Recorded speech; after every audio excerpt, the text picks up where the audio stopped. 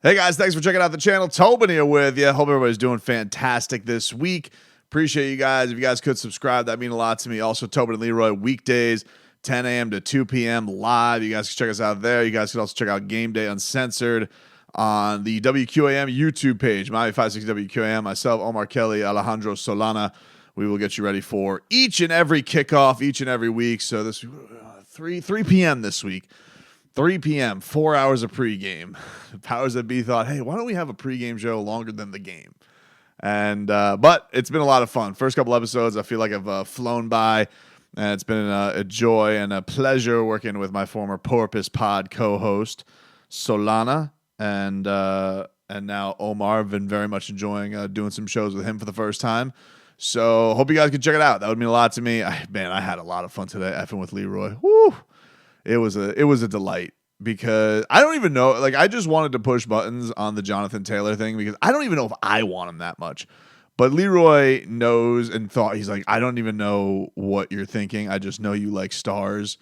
And I hate it because he wants the Dolphins to sign Christian Wilkins so bad. He loves Christian Wilkins. Him and Christian Wilkins have had meals together.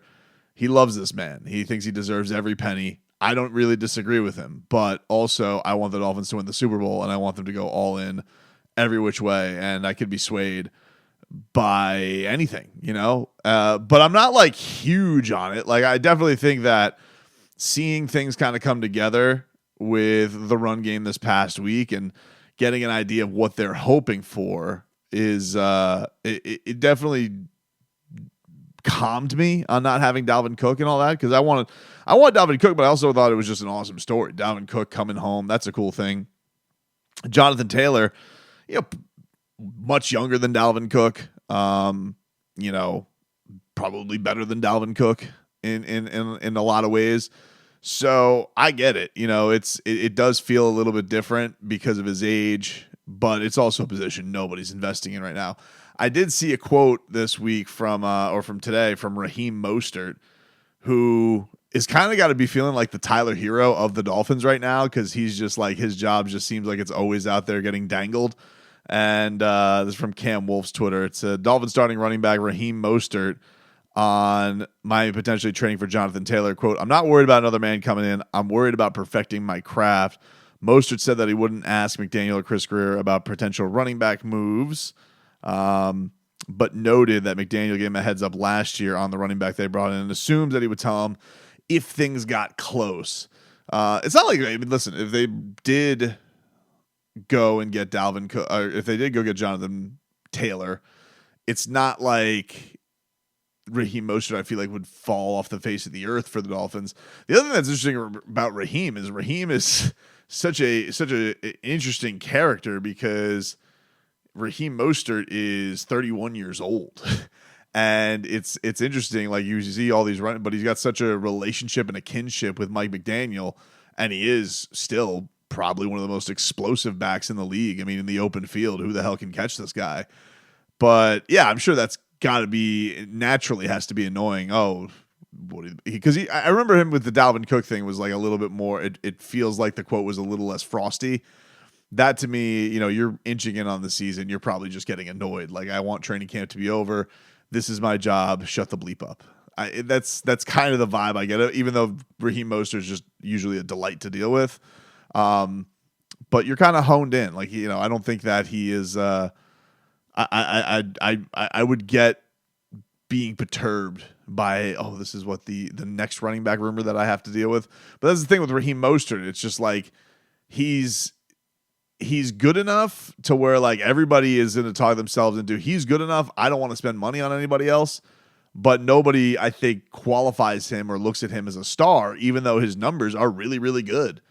But you look at, his age and, why nobody looks at him like that. Like, it's just one of these things that seems to fall by the wayside with him. So an interesting thing. My other thing that was my favorite part of today was Vic Fangio. Fangs holding court. Onlyfangs.com was open for business. And it's really like hearing the opposite of Mike McDaniel.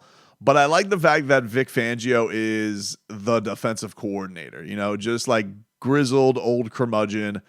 And it's just like, I don't know if he's leaning into the caricature of this, but like, I am definitely going to these press conferences, clicking the videos and expecting like, he can't be that much of a curmudgeon.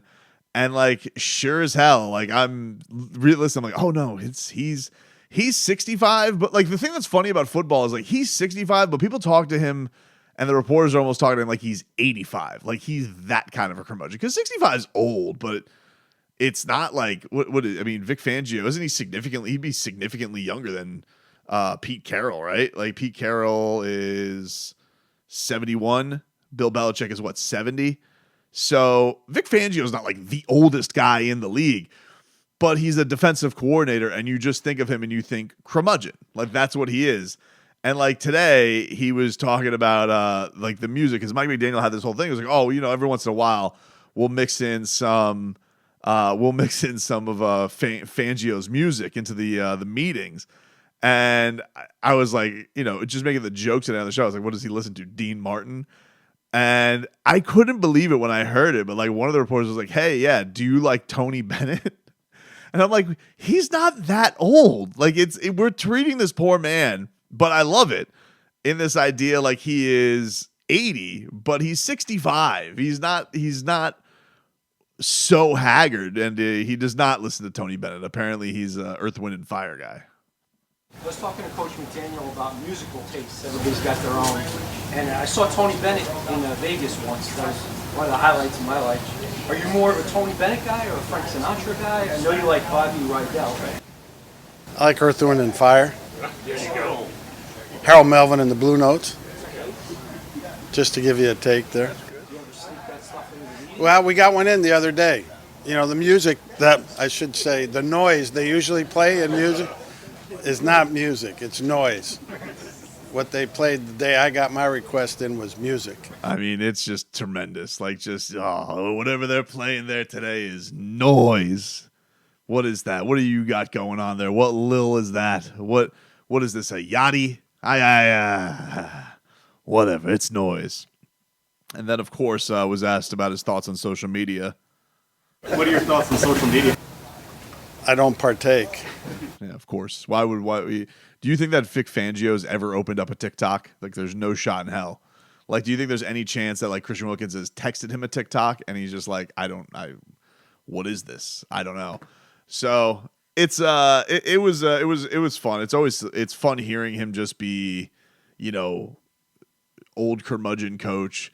But I will say, doesn't seem like, the one thing I like about Vic is he's not fluff it up. He is just cut down to the middle on things. And he I would say all of the competitions that everybody was going into this year, safety, D-line, other cornerback spot that's not Jalen Ramsey, like none of those things he is satisfied with. It seems like he likes where Cam Smith is going. It's just Cam Smith's injured. He likes his talent, but you would like him to be out there because they want the experience of it. And I think that's, kind of goes back to the whole Eli Apple thing. Even though the guy can be a walking meme at times and everybody roasts him and loves to make fun of him, you got to bring in some guy with an experience, right? Like, and it's one of these things with they don't really have the perfect replacement for Jalen Ramsey. Why would you? He's one of the best guys in the league. So, there's that. Safety, he doesn't seem confident at all. At least that's the poker face that he's giving, is that he's just not. I think he was asked, like, what does he want from the safety position? And his answer was just to play well, like to play better. I think was the way that he went about that. Still on David Long for his consistency.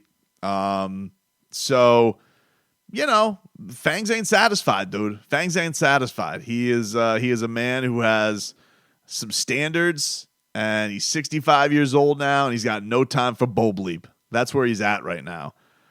He did say that the Dolphins have a big test this week with Trevor Lawrence to kind of get a real test. Because I do like that about him. He's like, look, it was a good defensive performance, but let's be real about it. Like, we're going up against a rookie, then we're going up against a backup. Like, let's not pat ourselves on the back for that one. It's like, let's see what we do against a real dude in Trevor Lawrence. So I do appreciate that from Fangs, but it is hilarious hearing him speak and just like, you really couldn't have more opposite dudes as head coach, defensive coordinator. And I know they like to make it seem like I don't think McDaniel was like, oh no.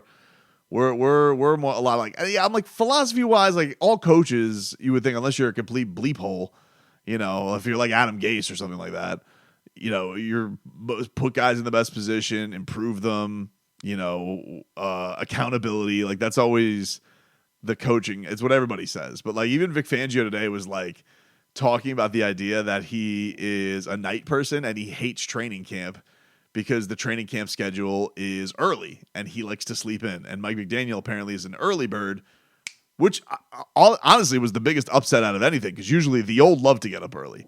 But he is out here and he is like, nah, I like to sleep in. I like to work late. I'm a night owl, which I can appreciate. As a night guy myself, as a guy who gets most of his stuff done late at night, who, I like to, especially now that I'm not doing morning drive. Like, let me tell you, when I was doing morning drive, I always have like my giant thing of Cafe Bustelo in the morning to kind of be like, like rocket fuel to my brain to wake me up.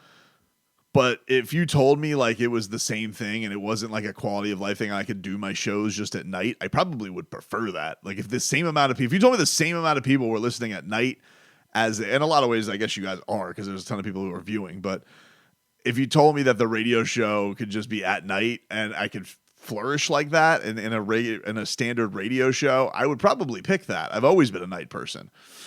But, the thing with radio, it's usually like the earlier you are, the better the spot, which is things have changed, obviously, with podcasting and all that. But that's just like the old method of thinking.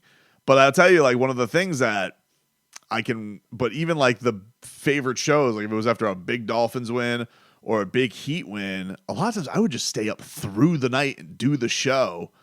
And I felt like I would have a better show than I would if I just slept and get up. So I can appreciate Fangs on that. I'm a night owl too. Ooh. Ooh. I actually was a little surprised that Mike McDaniel's an early bird. I was like, oh, interesting.